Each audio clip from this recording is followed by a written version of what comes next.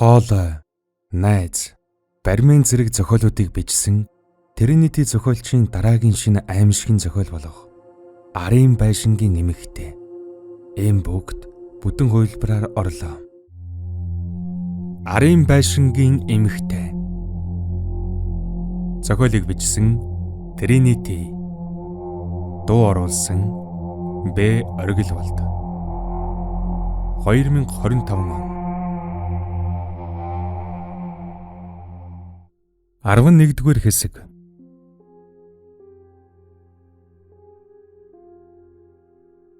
Орой нар шингэхийн алдад би гэртэн ирлээ. Цонхныхоо харалдаа доор түрээсээр авсан цагаан өнгийн пүрөөс 30 тавьчихсан байгаа. Байсхийгэд л чөтгөр шүглсэн байж тарах тэр цуслангийн арын байшин ямар учиртай юм болоо. Тэр ёрын чөтгөрл найзыг минь ийм эмгэнэлтэй байдалд хүргэсэн. Ингээх бодол орж ирнэ. Их нэртэйгэн холбогдох гэж оролдоод бүтсэнгүй. Удас нь холбогдох боломжгүй. Онлайн хаягууд нь ч гэсэн идэвхгүй байна. Хөлөн бэртэж гисэн.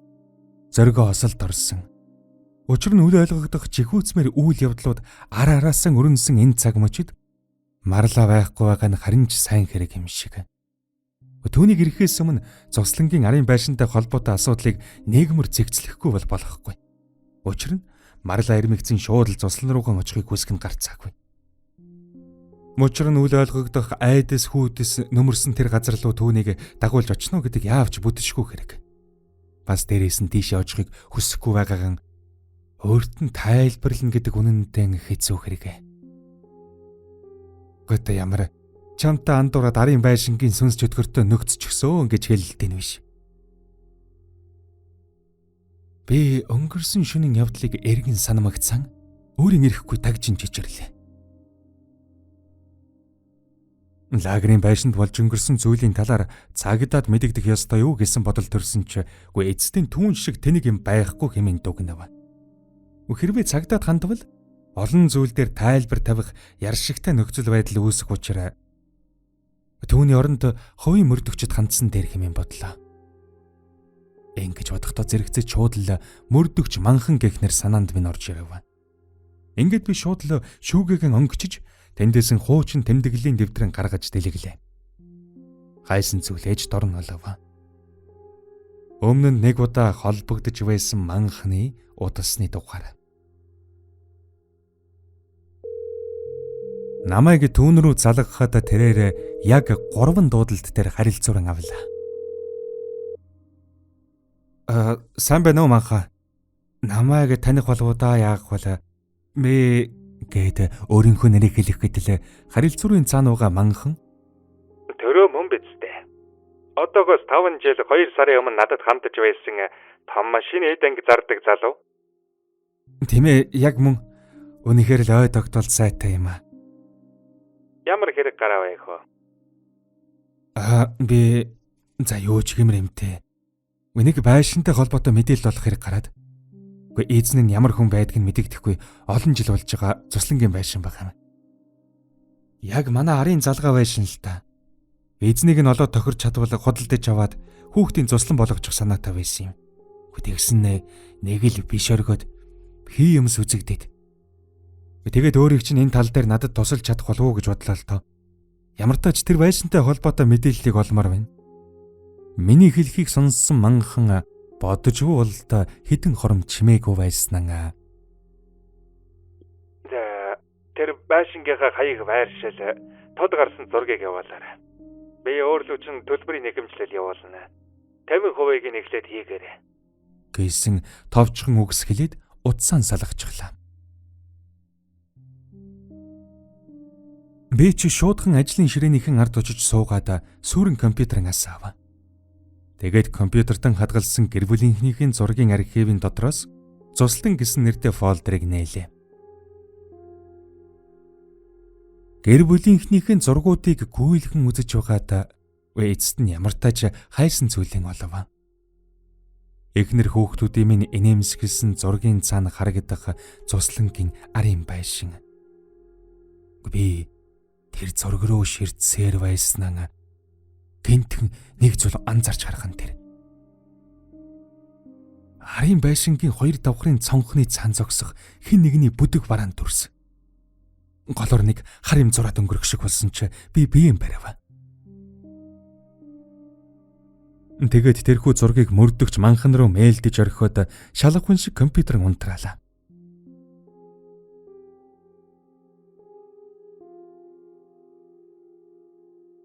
Эмчэд үзүүлж ойр зургийн арга хэмжээ авсных хуулийн өвдөлт мэдэгдэхүйц багасжээ. Арын байшинтай холбоотой асуудал дээр туршлагатай мөрдөгч хөлсөлсөн болохоор сэтгэл тогтсон. Манхан бол жинхэнэ мэрэгжлийн мөрдөгч. Ажилдаа туйлын хариуцлагатай, зүн совин өндөрт. Шаргуу дайч нэгэн. Өнийгэнд хариуцаад авсан л бол гарцаа байхгүй ажлынхан ард гардаг гэрэ. Би манхантай холбогдож чадсандаа өөртөө олзуурхан ундлахын өрөөр үгэн чиглэн алхалаа.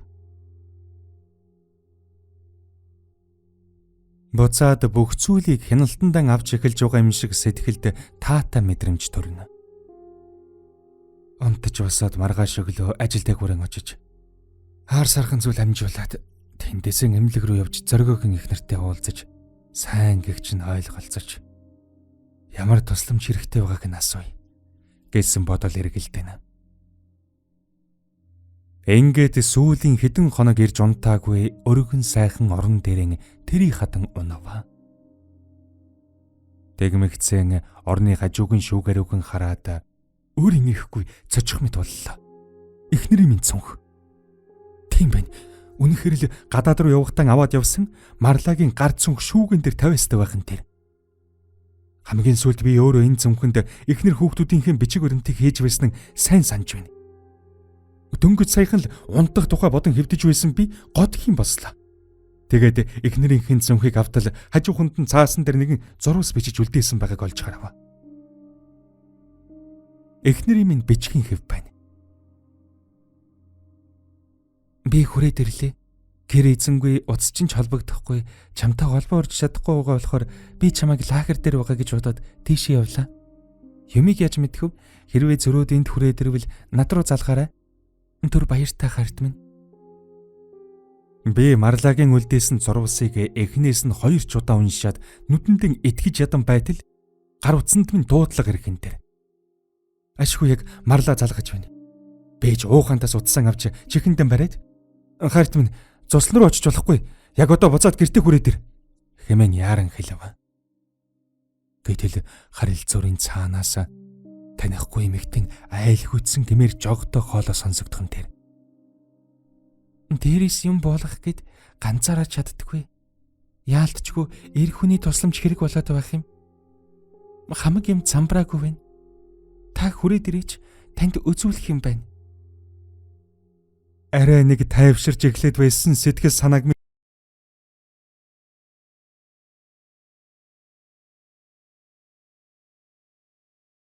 Хэрв та энэхүү зохиолыг яг одоо бүтэн хувилбараар сонсохыг хүсвэл Mbook аппликейшнээр сонсоорой.